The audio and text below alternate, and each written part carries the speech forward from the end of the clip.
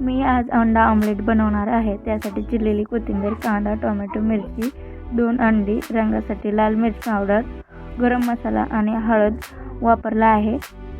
यातल्या काही गोष्टी ऑप्शनल आहेत ज्या तुम्ही टाकू शकता किंवा टाकूही शकत नाही.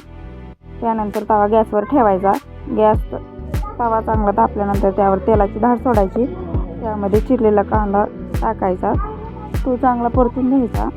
त्याचा रंग तांबूस होईपर्यंत त्याला परतायचं. तुम्ही सुद्धा कांदा परतताना काळजी न परता, नाही तर त्याची चव व्यवस्थित लागत नाही. याच रेसिपीसाठी नाही तर प्रत्येक रेसिपी करताना कांदा परतताना त्याची काळजी घ्या. त्यामध्ये टोमॅटो घालून घ्या. टोमॅटो पण चांगला भाजून घ्या. टोमॅटो आणि कांदा एकजीव होईपर्यंत त्याला परतून घ्या. मगाशी सांगितल्याप्रमाणे काही गोष्टी ऑप्शनल आहेत. त्यात मला मिरची आवडते म्हणून मिरची मी टाकणार आहे. त्यामध्ये हिरवी मिरची टाकायची. हिरवी मिरची सुद्धा चांगली परतून घ्यायची. सगळं मिश्रण एकत्रित करून घ्यायचं. चांगलं भाजायचं त्याला. त्यानंतर त्याला तेल सुटतं. तेल सुटल्यानंतरच कळतं की ते चांगलं भाजलं आहे. त्यामध्ये शेवटला मीठ टाकून घ्यायचं. चांगलं परतायचं. ते चांगलं भाजल्यानंतर ते मिश्रण वाटीत काढून घ्यायचं. ते एका छानशा बाउलमध्ये तुम्ही काढू शकता. मी तर वाटीतच काढलं आहे. वाटीत काढून घ्यायचं. त्यामध्ये 2 अंडे टाकायचे.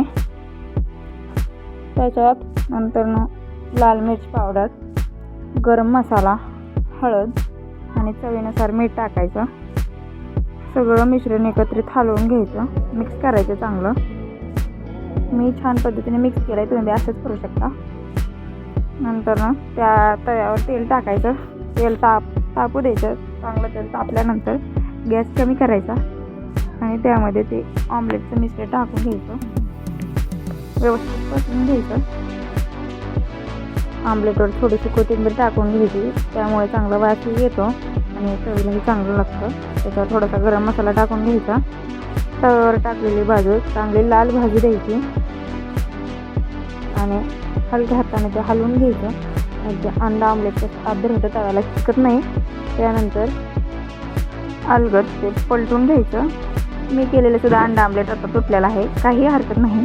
पहिल्यांदा करताना तुटतं. याच्यावरनं तुम्हाला कळत असेल की मी पहिल्यांदाच करते. तुमच्याकडनंही पहिल्यांदा करताना हे तुटणारच आहे. तरी पण तुम्ही करताना काळजीने करा. तुमचा अंडा आमलेट तुटू नाही याची काळजी घ्या.